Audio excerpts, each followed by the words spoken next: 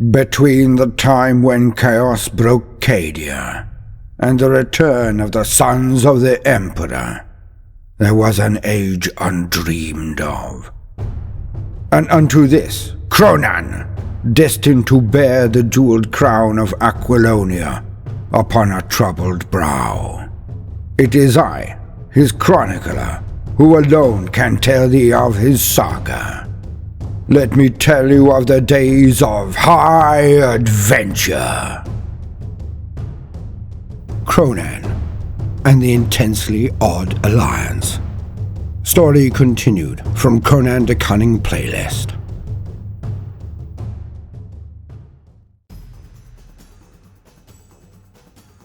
And so it was that we begin this leg of the chronicle, with Kronan situated in a place nobody would scarce believe, doing something no truly orky orc would ever warrant possible.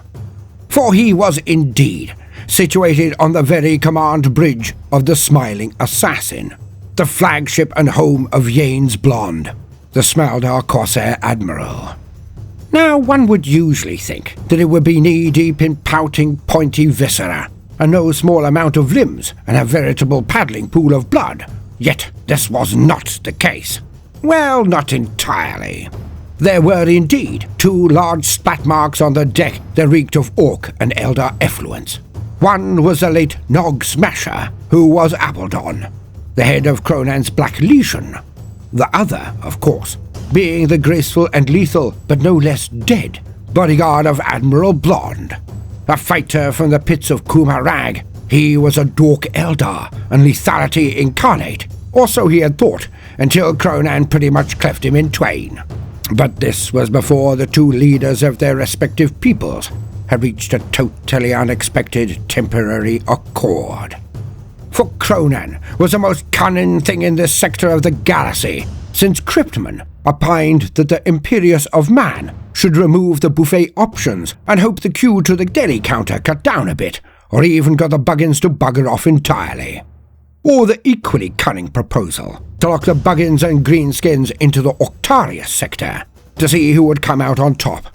Stellar cogitation, that one, but perhaps not as intelligent as one might think, considering that this was a phenomenally Darwinian experiment in breeding the most lethal crop of Buggins and Greenskins the Milliway Galaxy had seen since the war in Devon.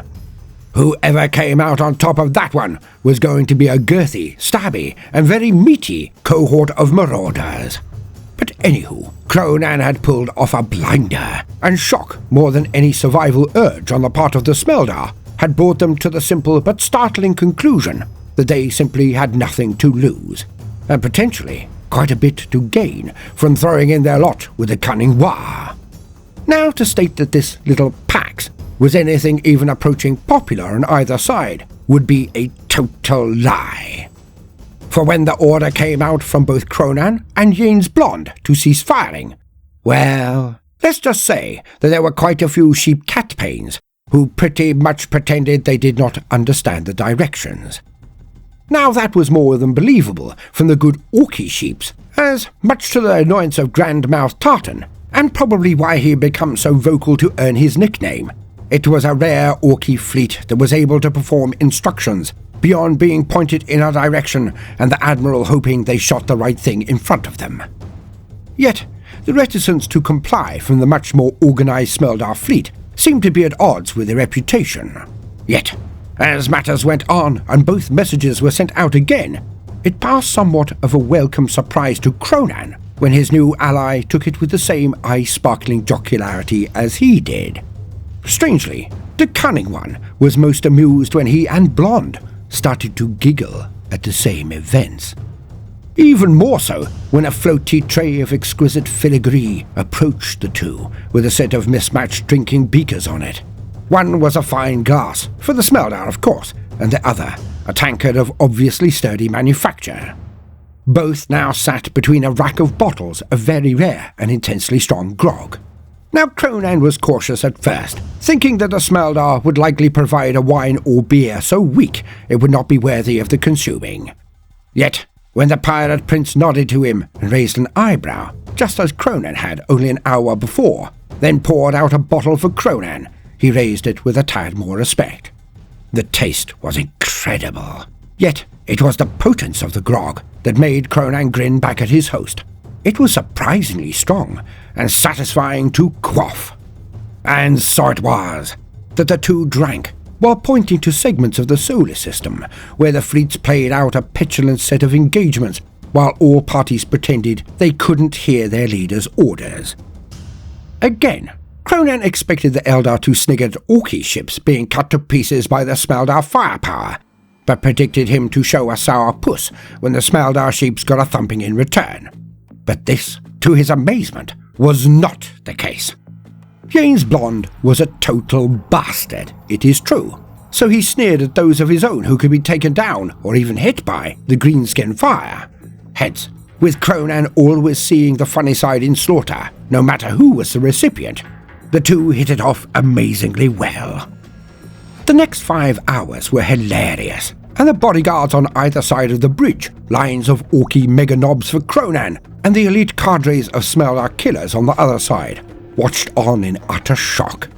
Eventually, both commanders had had enough of the fun.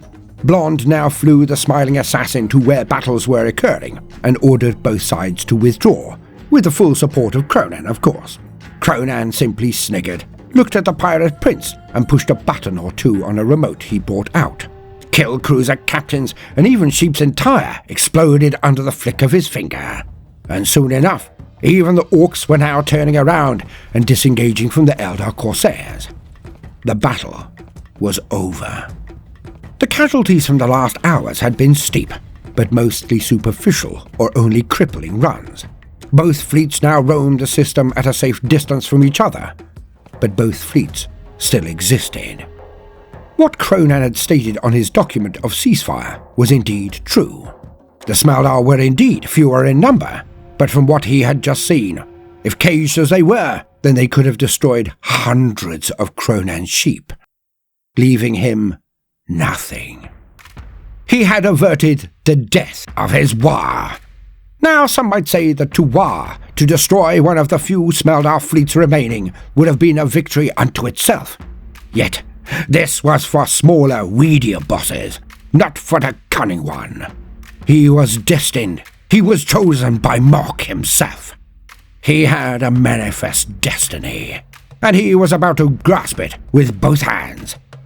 He had done the unthinkable. He, an orc, had just neutralized an enemy with diplomacy, or something like that. A new age had begun. The age of the cunning Waaagh. The first Waaagh to ever contain anything but greenskins. And this, it would take some getting used to. Ah, yes it would. Now, Kronan did semi-expect to be blown to pieces by Blond when he exited the smiling assassin on his boarding pod and headed back to the Orcs of Omen. Nor did Kronan trust Grinner with such a target and made sure the squealing piggy was quite a distance away before he started his transit. Kronan was dead hard, as we know, but he knew his natural buffness would not protect him from a well-aimed salvo of macro cannons. Yet all went well, and his return to the Orcs of Omen was a strange affair indeed. For he had just brought a huge swathe of sheep into the Waaagh. He should have been carried upon 100 shoulders, his greatness lauded to the high heavens. But it was a strange, confused exuberance that his people met him with. Kronan had brought them victory over the Smeldar in void warfare, which was decidedly the Smeldar's forte. Yet many could not quite get their heads around what was actually happening. Were the Smeldar now their slaves? Because this is what all who lost to the orcs usually became. But they had their own leaders, retained their own sheeps, and seemingly independence. And none of the Orkies could quite figure out if Kronan was the most revolutionary war boss the Greenskins owned in the last 20 million years, or if he had somehow gone over to the Smeldar sheep and become a huge clown by being talked out of exterminating them. Did this Smeldar pirate prince have some hold over their lord? For in the grand scheme of things, it was really about the Orky view of the galaxy and their entire existence. The orcs were despised by all. They knew this, nor did it bother them in the slightest. But things rarely went their way to this extent, and it was almost as if a deprivation of expectations was spoiling their ability to understand the colossal win they had just received. The Smeldar always hunted the Orc, crushed the greenskins whenever they found them, well, when they were able, of course. But now, after all these years and Barneys, the Eldar had simply rolled over, and were now Kronan's lapsquigs. It made bugger all sense to any but the very inner circle of Kronan, and even the more naval really had to contain their skepticism when Kronan had outlined his plan. Yet, only time would tell, he told them, as flabbergasted as any of them that it had actually worked. Now Kronan did make this plan all by himself, but he did indeed feel that it was divinely inspired by his god. For had it not been Mork himself who had brought him the data slate? Had it not been Mork's own cunning hand that had moved through Kronan when perusing it? Like a mad toboggan race, Kronan never knew what utter cobblers or deeply unimportant snippets of information he would uncover when he went to this treasure trove, his data slate. There was more to know than he could ever remember, more in the archives of the humans than Eddie would credit. They just seemed to record everything. Thus did Kronan know, deep down on a spiritual level, that there was no way he could possibly have found so much of importance and relevance amongst the drill of the Humies, unless it had been the will of his god. Mork himself had guided him. Now Kronan would do as his god had shown. He would learn the ways of Waaagh, all of them. Already, he had the Principia Bellitosta and the Humie Book of the Art of Waaagh also. But now, he needed something called the Codex Astartes. But how did he know of this? Because he had not only read about its mention in the data slate, but also he had seen one himself. For on the sheep he captured from the Yowling Hiffons, there had been a big impressive book encased in a very important-looking box with a plinth and other trappings that denoted its fundamental import to the Space Marines. Yet, before Kronan had identified how much he needed this book himself, he had fed it to Tiddles, when the wretch was in a particularly fractious mood due to Habilen being indisposed, helping Hypocrates on some especially tricky work. Not to worry, thought Kronan. He had bested the Adipi Arse starters before, and he would do so again. Surely they had a copy of this Codex each, if it was that important. And things went forward in the next few days and weeks. All was rather odd at first, as the cunning one was not entirely sure of the arrangement he had just made, nor would the Smeldar, if truth be told. So the first conjoined events were rather lackluster and stilted in many regards. But from even moderate combined forces raids performed, the payoffs now dawned on both sides. You see, the Smeldar could nip into a region with their web bay and hardly ever be spotted. Then they would nip back out and inform the greenskins of the exact setup in the system. And thus informed, the newly directed strikes of the Orky fleets were astonishingly effective. The Smeldar would then create a cordon around the battle, making sure no surprise reinforcements could get involved, or warning the Orkies of a potential trap and annihilating the first waves of Humie sheeps. You see, the Imperious Gravy was used to fighting Smeldar, and they were used to fighting greenskins. They were not used to fighting both.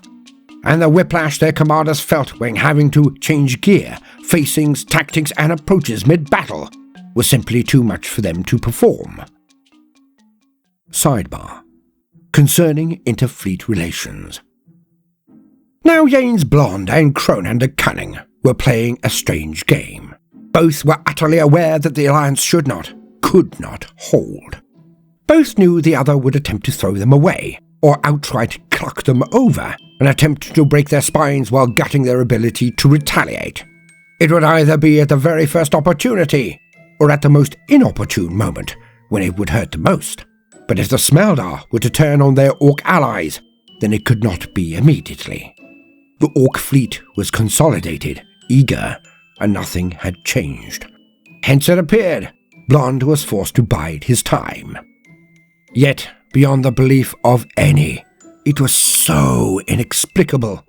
Their fleets were changing. At first, it was considered near impossible. The greenskins were like mad bulldogs who had just been stung on the arse by a 2-foot-long hornet. They were chaotic, unpredictable, and berserk in the attack. The Smeldar would lead the greenskin assault squadrons to their destinations and dump them off. They rarely engaged until the end, and when they did, it was more to secure their foothold on the booty than anything else. The greenskins, of course, deeply detested this goal-hanging, kill-stealing type of affair. But the Smeldar had to concede. Under the right circumstances, the greenskins were very effective. And to the surprise of near the entire Waaagh, the greenskins had to give kudos to not only the killiness of the Smeldar, but also their sheer spite. The Smeldar ability to use their speed and advanced engines to create crossfire scenarios where Humie ships butchered their own bases or planets as the Smeldar danced out of the way of a barrage. Ha! The orcs thought it a colossal lark. But it was the Battle of Brittle Steel Subsector Battle Station that changed everything. This was the largest target they had even considered to strike, and the defences would give an awesome excuse for a betrayal. The system was thick with imperious gravy sheeps of the line. They even had a battle sheep, which was no joking matter, and a fair few cruisers to boot, escorts aplenty. But what really marked the place out was the rings around 2 of its planetoids. The battle station itself was bristling with long-range macro cannons, darker like a river. The ringed fortress planetoids were said to perfectly give extended range and auspex capacity to the defending Humies, as well as being platforms for huge torpedo arrays. Vast minefields were also detected by the Smeldar and reported back to the greenskins. It was like a present, as its interlocking rings of defences would need to be unwrapped, which was a very upbeat way of saying that any fleet assaulting this hardpoint was going to get 7 shades of poo knocked out of them before they even got to scrapping range. Of course, the Orc plan was to come in hard and take the pain, or so Kronan pronounced to his counterpart. Well, Yane's blonde, so hardly a counterpart at all, for was this delinquent dandy of the same caliber as our hero, Kronan the Cunning One, Lord of the Cunning Waaagh? I think not. Yet, they chatted in a rather formal manner. The delegation of Smeldar had finally agreed to meet on the Orcs of Omen after Kronan had shown grot vids of the location to be met and given a cast-iron guarantee that no anomalous greenskins were in the region. You know, the type so snot stupid that they might be told 1,000,000 times not to crump something, only to turn around and see the thing in question, panic, or be so dim-witted as to remember the name of the thing and its importance, but perhaps not the order to leave it alive, and then to charge the thing and stomp on it until it was a bloody pate on the floor, which effectively meant nearly 90% of the Waaagh, and 100% of the grots, squigs and snots. So only proper orderly orkies were to be present, which of course was a total oxymoron, whatever that means. And this left only the Storm Boys. Those rebellious scamps who pretended to be Humies before they grew out of it and became properly orky. They would do as they were told, and march about the place and stand to attention in a deeply risible way. Intensely silly, but they would at least leave the pointies alone if ordered. Hence, Colonel Stinker would be in charge of the defense delegation, but thankfully that would mean he would not be present at the meeting, for all knew that Stinker was thicker than a grot's bogies. But of all of Kronan's underbosses, he actually did what he was told. Not that he ever knew why or how, yet this was not required.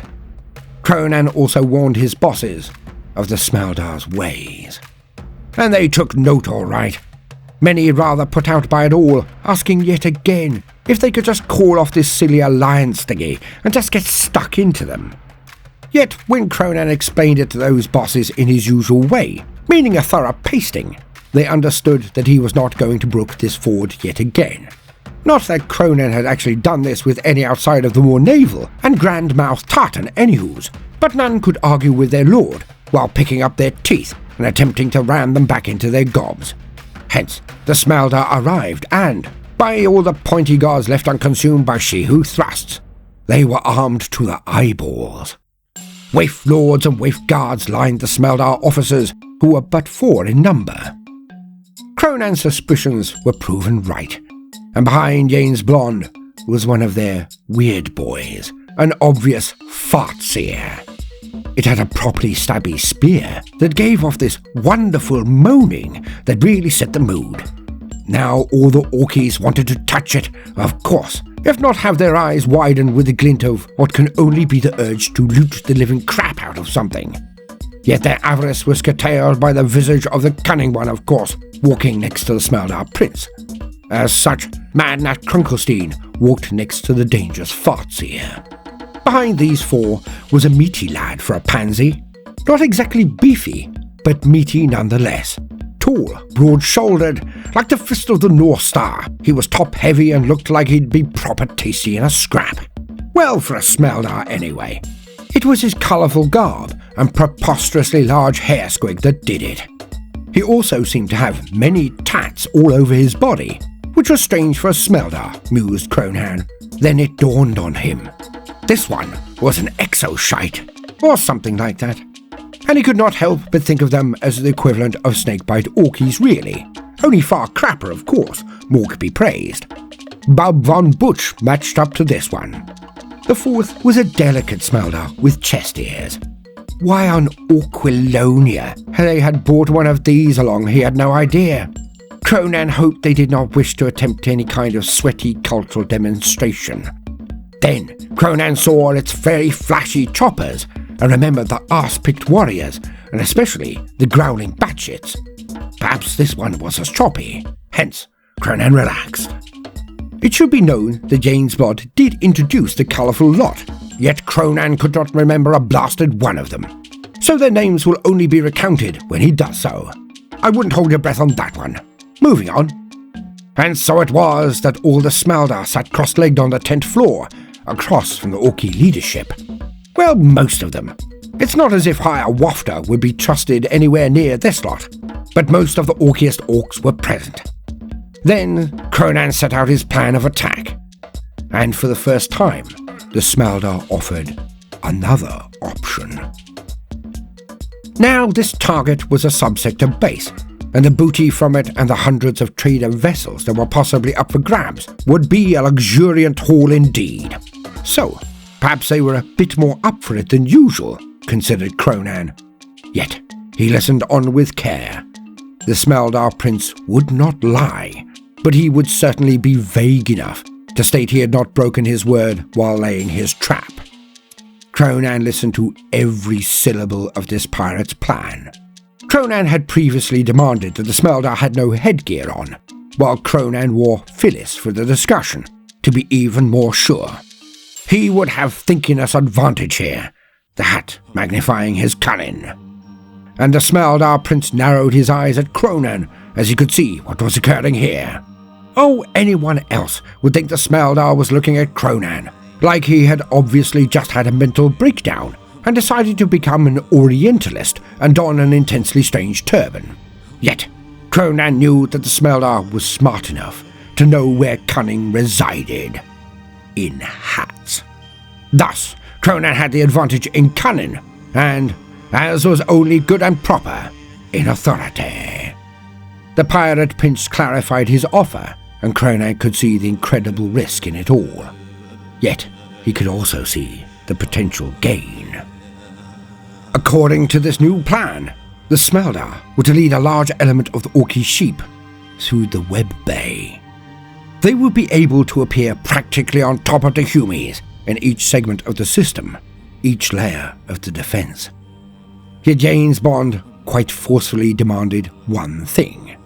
Not Kronan himself, perhaps, but a worthy Orc leader who could scare the living crap out of the Orc sheep so they would do as instructed, while inside the web bay, he stated would be fundamental, and Kronan knew this to be true. For as some bright spark in the Orky fleet decided to see what it was like to come out of the side of the web bay, he may be followed by plenty of the others, and Blonde explained that this would be an intensely bad thing if Orky sheeps went off course, mostly for the Orkies inside. And Kronan cogitated on the spot as he looked into the eye of the Smeldar Admiral. Was this an attempt to cut ties already? Did the preening pansy want to ruin a large chunk of the Waaagh fleet and possibly neuter the whole venture by removing Kronan's key admirals? A situation as enviable as a Humie having to dip their second nose and fairy nostrils into barbecue sauce and hang them over the maw of a hungry squig, and just hope it wasn't hungry at that particular moment. And so it was that the Smeldar Prince had Kronan by the short and curlies, whatever that means. So, Kronan committed a large slice of his forces, and he volunteered Gina the Backstabber and his squealing piggy as the point ship. Hakbar off in the first wave, Tartan overwatching the greater theatre. Kronan decided it was time to give a rising star a chance, and old Grinner had really gone above and beyond recently, at least to those not in the know. Had he not been an absolute whirling dervish of destruction in the bashing of the Buggins? Had he not been the catpain of the sheep that weathered the storm of fire and delivered the cunning one to the very heart of the enemy fleet? Of course he had. And, due to the mystery of truth, everyone had known about it. Thus, it was unlikely that anyone would take him on directly. Hence, Grinner would be used as a sacrificial piggy, pun intended. The plan agreed, the Smeldar left. And, as soon as this was confirmed, every last Orky on the sheep could finally anally exhale. For Kronan had warned all of the fartseers. Hence, many orcs had inserted corks for their visit. Others just held it in to the best of their ability. The raucous thunder that erupted across the sheep led to the deaths of a gaggle of snots through asphyxiation, who could not escape high enough. And more died when some bright spark decided to use exactly that to clear the air. Alas, the body-burning bomb blasted away near 2 decks, but they weren't important ones. And so it was that the attack kicked off, and, by Mork's massive grin, it altered the very history of the galaxy. It was glorious. For the Smeldar did exactly as they promised, and delivered the Orky sheep to the very heart of the system. Then the Smeldar began to scatter and confuse the defences of the distant hardpoints, absorbing massive missile fire, but never being hit. All while the Orky sheeps ploughed into point-blank range and tore the battle station 100 new gaping holes. The Kazi wing slammed into its Auspex arrays and hangar bays before it could launch a single interceptor, and the Orky sheeps were so close to the station and its defense fleet that the Humies could not even fire their most impressive broadsides or Nova cannons for fear of exterminating every merchant sheep clustered around them. Well, and potentially crippling their own void shields and outer hulls, of course. But it was for the wee merchant seamen that they had held their fire, really. Oh, how cute, thought Kronan as he witnessed the carnage from his own fleet, now heading towards one of the outer perimeter defense platforms. Brute sheeps crashed into the battle station, and hundreds of greenskins were rampaging across their decks, destroying everything and everyone in their path. And within 4 hours, it was all over. Yet the true surprise had come when the Orkies had been bushwhacked by a hidden element of the Imperious gravy lurking behind one of the moons.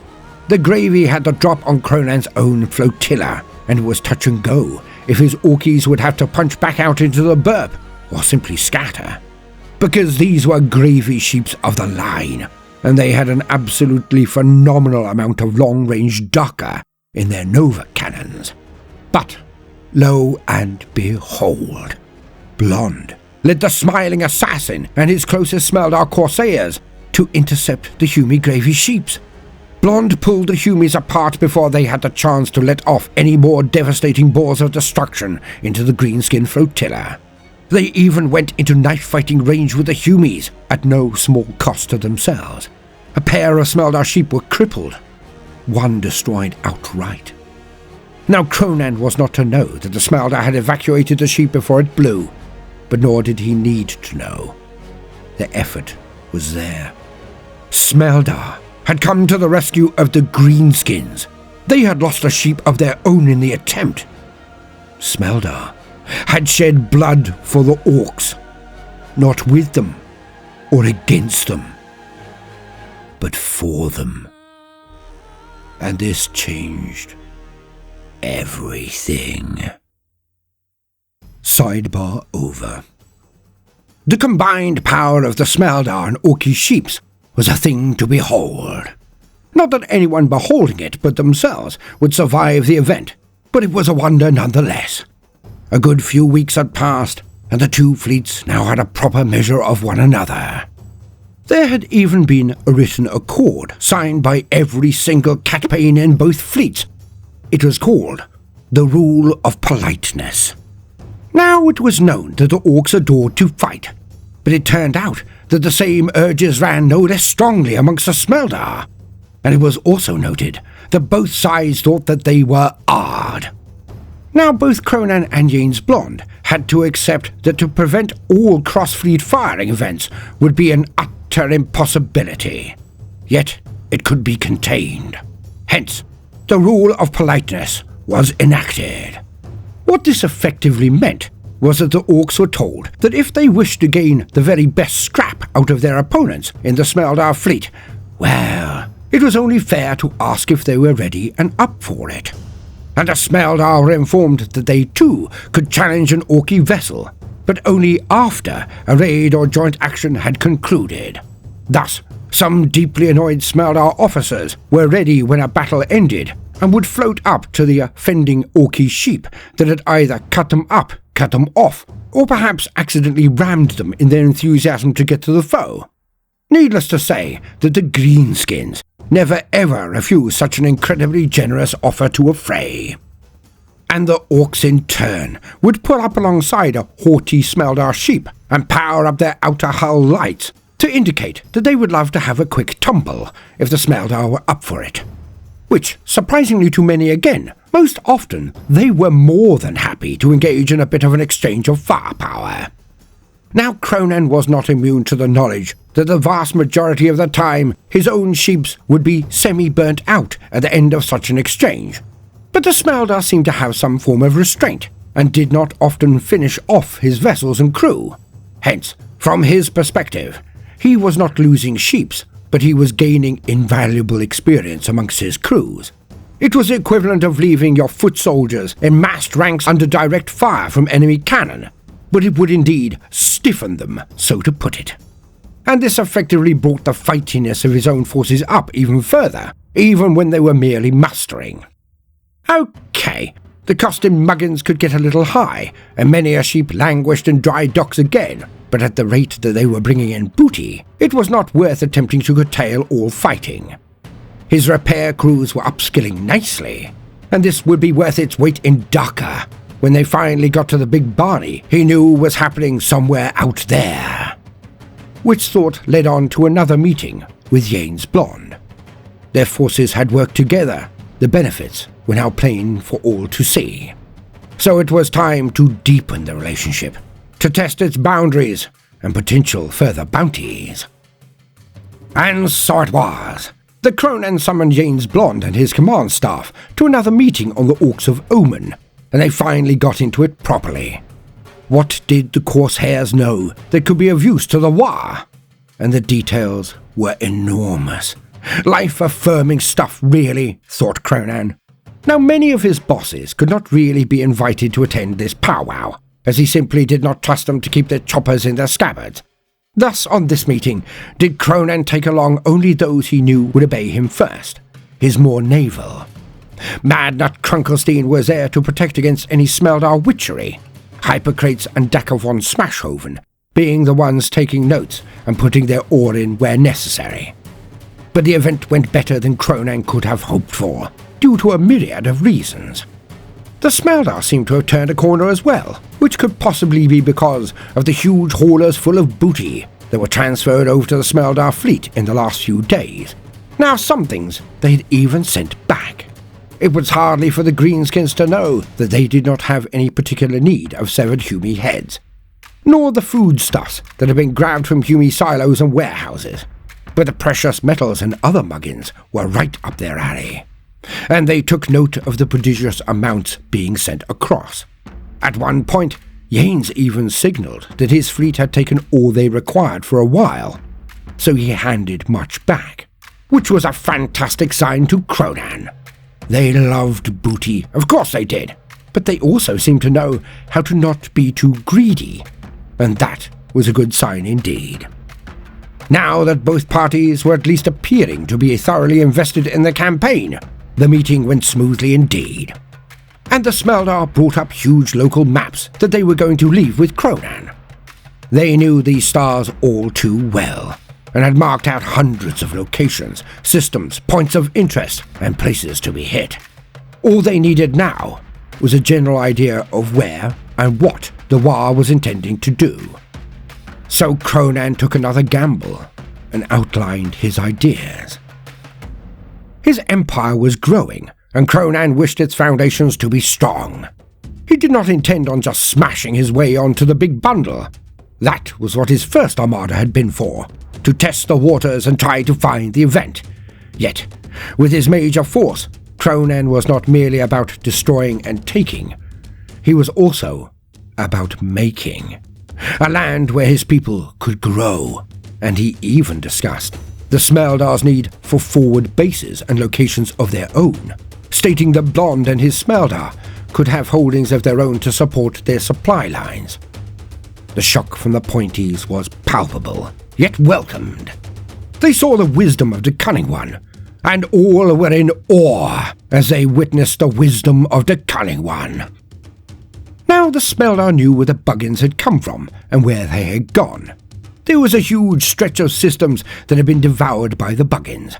Yet, unlike most other attacks, the Buggins had actually stopped on some worlds and not instantly snaffled them down to the core. Strangely, it seemed that they were building things there also, and Kronan and Yanes were of an equal mind again, for both of them conceded that the bugs were formidable indeed, but they were not the kind of neighbours either wanted really. Hence, these worlds were to be targeted with extreme prejudice. Yet, this trench was not very wide, and on its fringes were the ever-ubiquitous forces of the gaudy Emperor of Mankind. And Kronan showed all how his Waaagh would progress. It would not be a mad scramble forward. Oh no. Kronan intended to hit hard and push forward across a very wide front. This way, he could protect his supply lines and ensure a steady flow of Orkies from his own systems.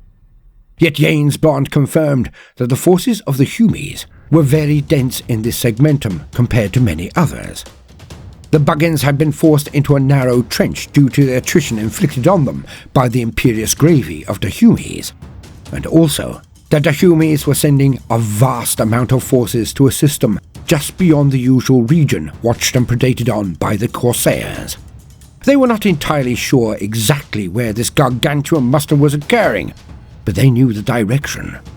Luckily, or more likely, divinely inspired, Kronan noted that this projected placement of the muster was in exactly the same direction that he had sent that Oddie Hackbar, and of course, one of his favourites, Get Squisher McMurder. Serendipity at its most arousing. As the meeting was drawing to an end, Kronan nonchalantly threw out a question that stumped his own bosses but brought a dazzlingly knowing grin from the pirate prince. Kronan was almost concerned about asking, but he blurted it out. The kin. Did Blond know where to find any? And Kronan was elated to hear that Blond actually did. The wee wretches were sitting on a massive amount of fuel and resources. Blond would have hit them before, but did not have the sheeps for the job, because, he stated with a twinkle in his eye, the squats, these kin, were exceptionally fighty, and the casualties involved in a straight Barney would have been horrific. And this was like a red flag to an amble. Kronan demanded that they merely lead him to this place and gave him cordon support, keeping back anyone who might want to stop the cunning one while on his rampage. Blonde confirmed again that he would gain half the booty, which Kronan did agree immediately, as he was an orc of his word. So, bemused and similarly elated, Blonde agreed to take the Waaagh fleet to duff over the squids. And this was a strange thing, for the Smeltdown orcs seemed to be able to understand each other on a deep and almost spiritual level. Weird, but very welcome. Thus Kronan drew the meeting to an end, and practically skipped to his quarters to do what he always did. Kronan dug out his most prized possession, his beloved data slate, and he basked in the bounteous information therein contained. Concerning the forces of the little squats, their leaps of vaulting. Finding this lot was no mean feat, for he had only bumped into them before by accident, and it was as if the stars aligned, and fate would have its wicked way with our hero. For nary had Kronan heard of a thing before it seemed to appear before him, almost as if there was no planned and considered narrative, but some mad fevered dream worked out in scenes and slices whenever the chronicler had a deep and heady hangover. Yet it was not. This was no mere tale, it was the chronicle of high adventure. So it developed at a pace wholly within the wishes of its master, Mork alone. Organically, so to put it. And so it was that Kronan espied his quarry and used his thumb and other longer thumbs, for they were now far too meaty to be considered mere fingers, and brought up the information to a font size he could understand. Imperial Gothic could be tricky at times. It was not as clear, robust, nor efficient as gobbledygook, but he could get by when so pushed by interest. Kronan was a thing rarer than a candid and honest answer in an election campaign. He was an inquisitive orc, and none knew but Mork himself if the galaxy would survive such a being. Well, perhaps Gork did too, but who can tell? It's not as if either of them would give even a hint of interest in most situations. And it didn't take the confirmation of Lord Frith to know that, to such a rare greenskin, all the world will be your enemy, prince with 1,000 enemies. And whenever they catch you, they will kill you. But first, they must catch you, digger, fighter, crumper, prince with the swift whooping. Be cunning, and dish out hard licks, and your people shall never be destroyed. Or something like that. Yet Kronan was oblivious to this huge bullseye he had painted on his own back. And it's not as if his newfound piratical pal was going to get him up to speed on that one. For Yanes Blonde usually watched the orc warboss with the same amount of quiet amusement that a friend displays when watching someone get blind drunk and then streak around a car park only to conclude matters by underestimating the height of a bollard and then rolling around on the ground holding one's handle or hairy nostrils and crying oneself to sleep. Yet Kronan was now a master of cunning, and he was open to those dire and terrible events known as ideas. Alas, while absorbing every last scrap of information about his new target, he was struck by an altogether horrid new experience as he endured his first existential observation. Did the wee squits drink so much because they dug holes? Or did they dig holes because of how much grog they drank? A truly bow-liquefying situation for Kronan, as he now felt to come down from his first experience of this strange thing the other weedier beings had in the universe. A moment of what was the word? Homeopathy? No, that wasn't it. Empathy, or something like that. In any case, the moment passed, and Kronan could now enjoy his menu in peace. For there they were, the types and flavours of squats. Or was it squits? In any case, the short buggers were right there in front of him. And Kronan could not help but know why he had instantly known that these diminutive and deeply ugly things drank a hell of a lot. They must have known he would know this by their very naming convention. So was this a double bluff? Were they actually pious lecturing teetotalers? He could not believe this. Because if Kronan was that short and that round, well, he'd be pretty grim himself, and definitely liable to drink not to enhance the moment, but to wash away the stinging infamy of effectively being a bald with 4 comically short limbs and a beefy beard. Hence, he read on, and witnessed the itinerary of squits he could possibly encounter, noting the naming convention with amusement, not consternation. There was the leader of a squit warband, called a Kahlua. Kronan knew that they would have all the muggins and gubbins, and should be right tasty in a scrap. They had armour very similar to Adipi Arse warplate, nice one. And the underbosses were pretty familiar, if truth be told. For there was the Bacardi Iron Monster, which Kronan equated to a mech boy. Mainly as they had these odd robo-thingies around them, holding their drinks, one would imagine. There was also the Einbeer Champion, like a standard boss, a challenge at least, Kronan hoped. For these ones wore armour not dissimilar to marine turbinator suits, durable at the very least, possibly very fighty. Then came the gin beer, or was it grim beer? Though a gin in beer is always a bit grim. In any case, Kronan saw that they were like his weird boys, and decided he would definitely be bringing along that crass cannon, Madnut Krunkelstein. Not that Kronan really needed to worry about mindy-windy powers, but he didn't want the hassle of them interrupting a proper fight with proper bosses. And these Grimbeers had floaty things that looked one heck of a lot like the droners of the Toe Empire's Liar cast. Deeply tedious to fight indeed. Now came the rank-and-file lot. There were the Heineken Warriors, with 2 distinct flavours. One set had auto-lock pattern blotters, the other type had iron plasterers. Mostly darker, Kronan grumbled, but these were just boys really. And most species and races had darker as their mainline weapons. Odd, but understandable really. And on to the elite types, the proper fighty ones. Now, the Bacardi Thundershins were disappointingly also darker, and from the size of the shooters, they were bound to be able to tear entire good orky mobs to pieces. Kronan would have to set his tank busters onto this lot. Why they seemed to have some form of stilt affair going on, Kronan could not quite tell. Perhaps it was a religious devotional, to never step on the ground, or perhaps they kicked really hard, and this was their last line of defence if anyone got in close with them. Either way, Kronan was pretty sure he should capture a few, just to see how high they could jump. Maybe they were like those bouncy Adipi Arse ones, but for some reason he didn't think it was true. But no matter. With relief, Kronan then came on to the most promising groups.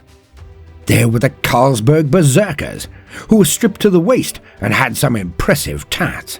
Okay, well they also had superheated choppers and some of the biggest mega fists Kronan had ever witnessed. He knew that a fisting from any of these lads would be ouchy indeed, yet potentially a raucous laugh as well. But it was the tats that stood out to Kronan. Because anyone who could take on that amount of ink in one sitting, well, they were not going to be wimps, were they? And he was elated to see this. The 70s dawn moustaches also lent a certain level of threat that Kronan could not quite understand himself, but anyone with a handle or backup pouch would definitely feel a slight shudder if these lads came knocking on their door asking to fix the refrigerator while blaring out funk music. The cyber handles coming out of the side of their heads hardly filled anyone with a sense of safety either. They did indeed look like a swarthy bunch of ball bashers. Next, there were also the Einbeer Heinekens. A bunch more like Marines again, as they had that rugged-looking armour. Kronan wondered if they could just fold into a ball and roll down at their enemies, so diddy were they. Yet they looked as grumpy and thus fighty as an old grot herd who had just been given bowel torrent squig duty. So there was hope that the red-hot chopper action would lead to some interesting scraps at the least. Kronan wondered how far he would be able to toss one, and decided this would be a secondary or side quest in his encounters with the wee blighters. A goal, not a victory condition to be certain, but it was on the docket. Of course, there were more. Next were the Heineken Jaeger bombers. They looked rather odd again, with their clearly flasher trench coats, which was passing strange for the cunning one. Why on Orquilonia would the little terrors have jackets on over their armour? I mean, how many layers did these chaps need to slap-chop on before they were comfortable? It was clear that 2 thin layers were not on their sartorial schedule, and some of them seemed to have had their heads replaced with eggs. Why? Kronan disengaged from this question. He realized he was interested in crumping the squats, but did feel that potentially too much familiarity would lead to a level of contempt that might sour the entire event.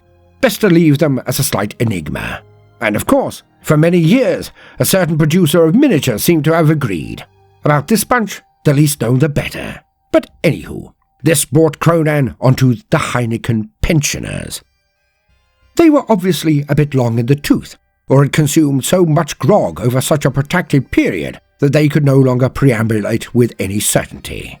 They all rushed around on these little hover scooter things. Embarrassing to most, the integration of such decrepit or drowned squats into the main battle line was sort of commendable, thought Kronan. I mean, sending squats into a scrap who could not even walk anymore? Now that was a level of care and consideration that would make an Adipi Arse. Second attempt, Adipi Arse. Nope.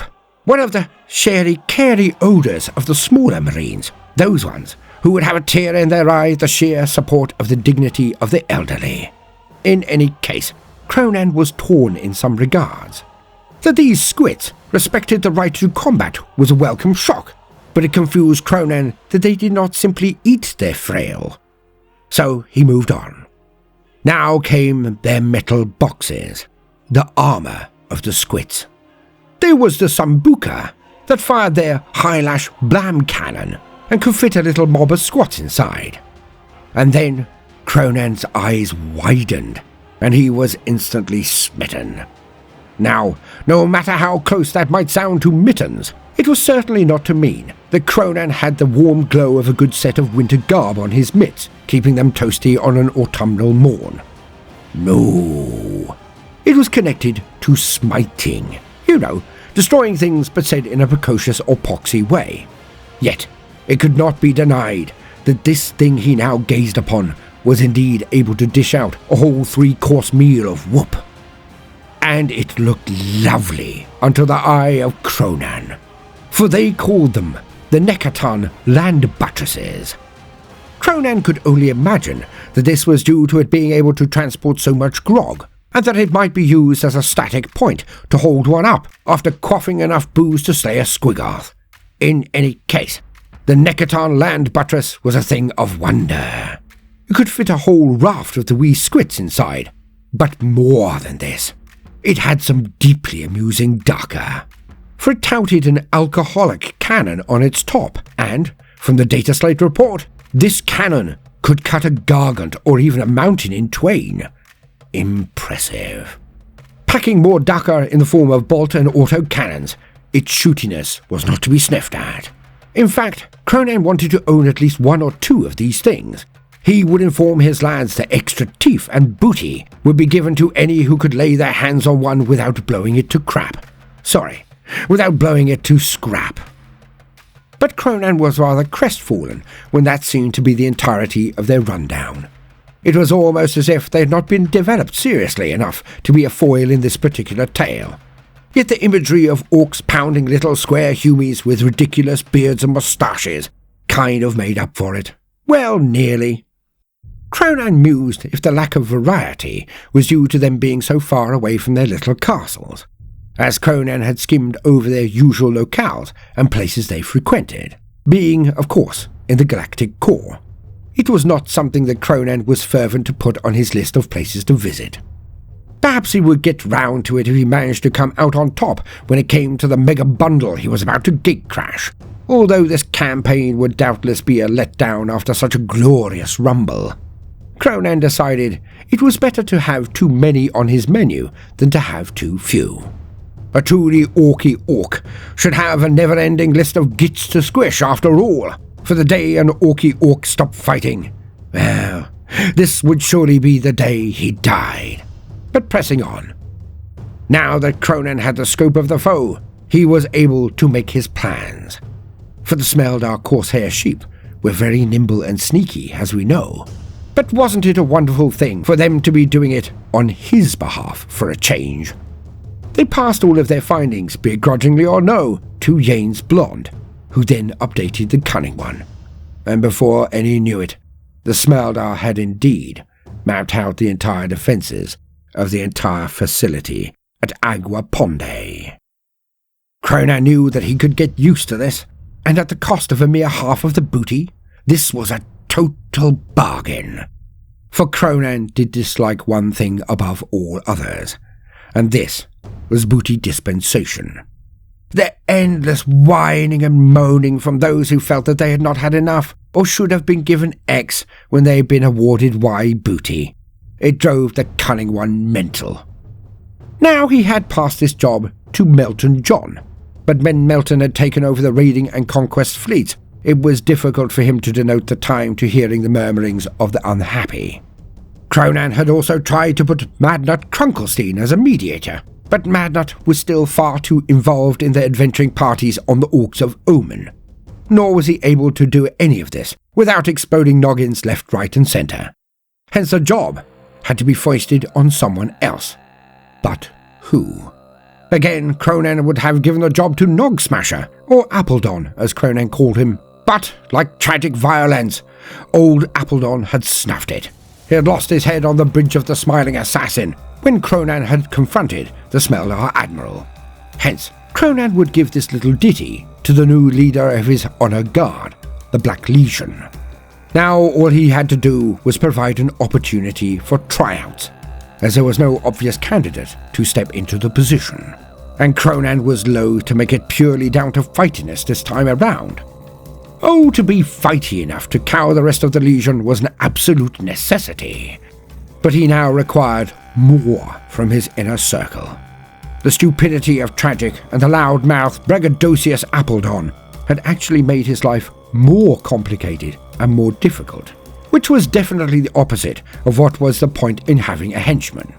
Kronan needed someone who could also do things when they were needed, not just when they were instructed. A quandary, to be certain. And it was whilst walking with his new ally that Kronan came up with a spectacularly cunning plan, the inarguable benefit of this cultural clash or exchange. For James Blonde stopped when they were strolling, overlooking the grot ball pitch that Kronan and Gitsquisher had constructed. It was to Kronan's shock that Admiral Blonde confirmed that the Smeldar too had some form of a game that involved an area very similar in look and dimensions. When Kronan explained the sport of grot ball, the Smeldar beamed at him. They too had a similar type of affair.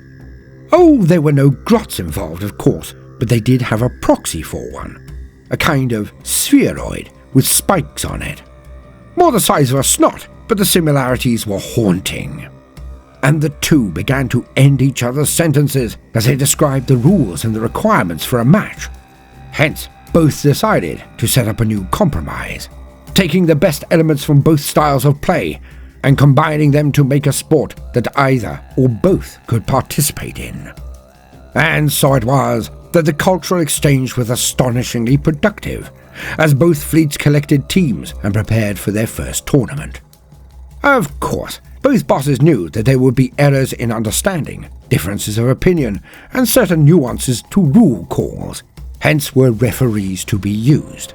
These would, of course, be horrifically well-armed and armoured, and a requirement would be that they could understand both Gothic and gobbledygook. Kronan was impressed when he was informed that all Eldar were cunning linguists and could indeed speak both. Alas, this requirement was a tad more constraining for the Orcs who might want to officiate, but them's the breaks. In any case, the First League was on the verge of kicking off, in every meaning of the word. Being proper Orky, Kronan did initially laugh and point at James Bond, nearly shatting as he guffawed so hard at the thought of Smeldar being able to stand up to a team of Orcs in this rather hands-on sport. Yet, when James Blonde pointed out how quickly Appledorn's head had leapt from his shoulders at the speed of the Smeldar. It did not burst Kronan's bubble, but it expanded his horizons. Okay, the Smeldar could be powdered pansies, but when forced into a corner or really pissed off, they were as stabby as a squig was bitey. And in that moment, Kronan acknowledged that there was more than one way to skin a humie.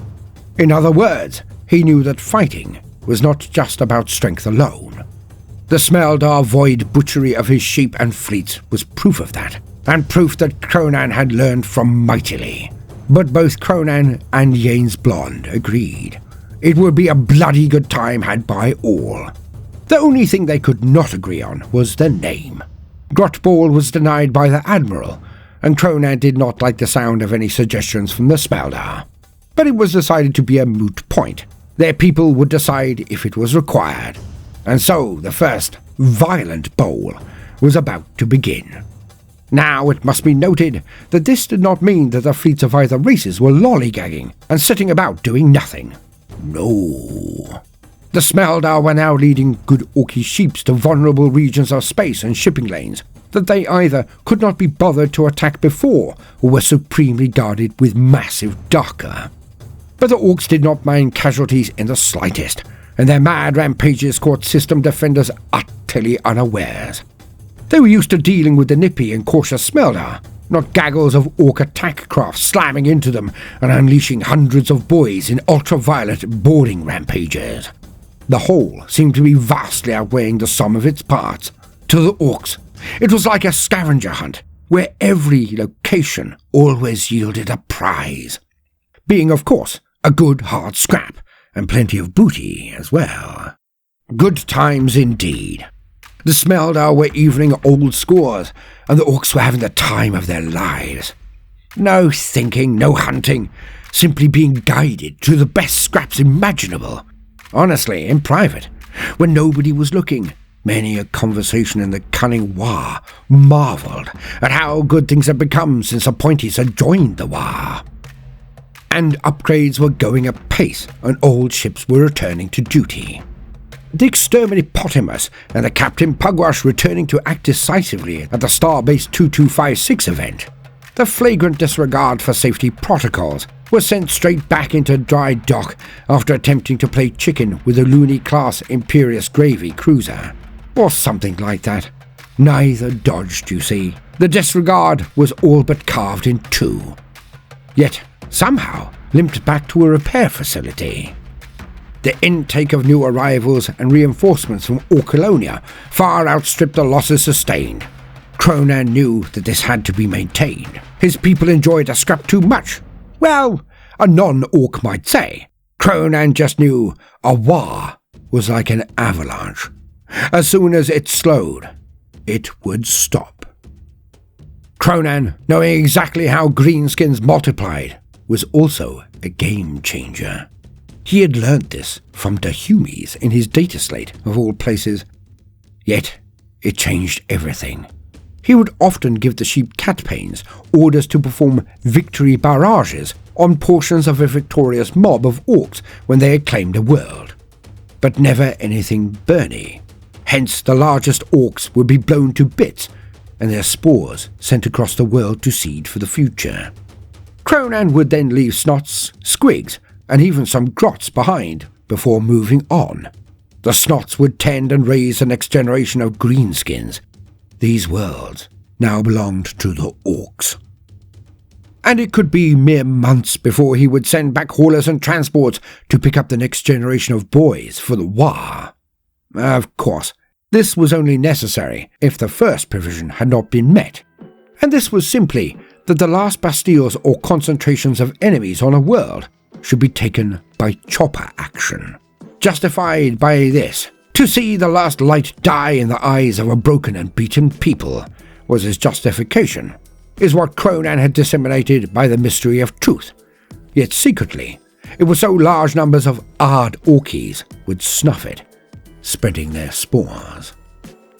All of this was excellent, of course, but now it was time to get to the main event, the kin-slaying of Agua Ponde. Now the leaps of vaulting, the kin were very well dug in indeed, and Kronan was shown the multispectral Auspex readings of the entire place. Nasty. They had been here for some time and had fortified their holdings well. A large asteroid carved out, one might presume, for it was bristling with guns, defences, hardpoints and hangars. Haulers were darting across the darkness of the void in convoys, heading out to the asteroid belt. These haulers went back and forth all day, as the wee blighters worked their position to its absolute maximum.